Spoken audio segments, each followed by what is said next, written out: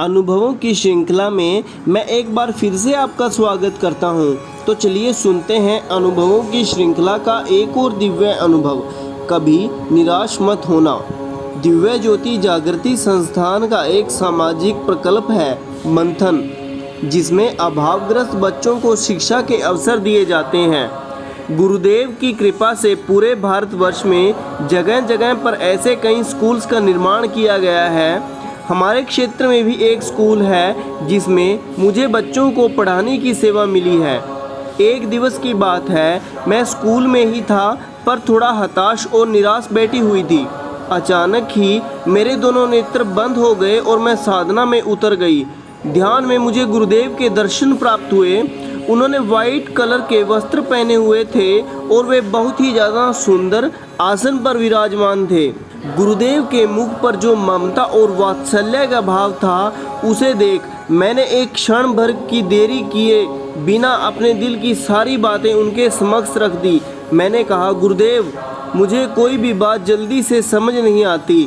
हर एक बात को समझने के लिए एक्स्ट्रा एफर्ट्स, बहुत अधिक पुरुषार्थ लगाना पड़ता है। गुरुदेव, कोई बात नहीं, घबराने व चिंता करने की आवश्यकता नहीं है। हम सदैव तुम्हारे साथ ही हैं। तुम मंथन स्कूल्स में बच्चों को पढ़ाती हो ना। यदि कोई बच्चा पढ़ाई में थोड़ा कमज़ोर होता है, तब एक टीचर क्या करती है?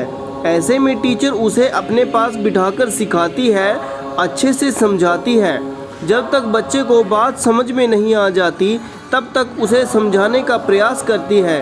कभी कभी तो बच्चों को सिखाने के लिए टीचर उस बच्चे का हाथ पकड़कर पेंसिल से उसकी नोटबुक पर हल्के हाथों से अक्षर बना भी देती है और फिर उन्हीं अक्षरों पर लिखने के लिए कहती है। ठीक यही भूमिका एक गुरुदेव की भी होती है, अपने शिष्यों के जीवन में निभाते हैं। जब जब भी एक शिष्य किसी कार्य को करने में स्वयं को असहाय अनुभव करता है, तब तब सद्गुरु उसके सच्चे संगी और सहाय बनकर उसे निराश और हताशा की खाई से बाहर निकालते हैं। उस कार्य को संपादित करवाकर शिष्य के भीतर उत्साह और उमंग का संचार करते हैं। इसलिए तो हम आपके साथ हैं। आप नहीं कर पा रहे हैं तो हम कराएंगे। कभी भी और किसी भी परिस्थिति में निराश मत होना, क्योंकि तुम्हारे सद्गुरु सदैव तुम्हारे साथ हैं। प्रतिभा, फरीदाबाद, हरियाणा। दिव्य अनुभवों की प्रेरणादायक श्रृंखला से जुड़ने के लिए आप सभी का धन्यवाद। ऐसे ही अनुभवों को सुनने के लिए हमारे पेज पर बने रहिए। सभी को जय महाराज जी की।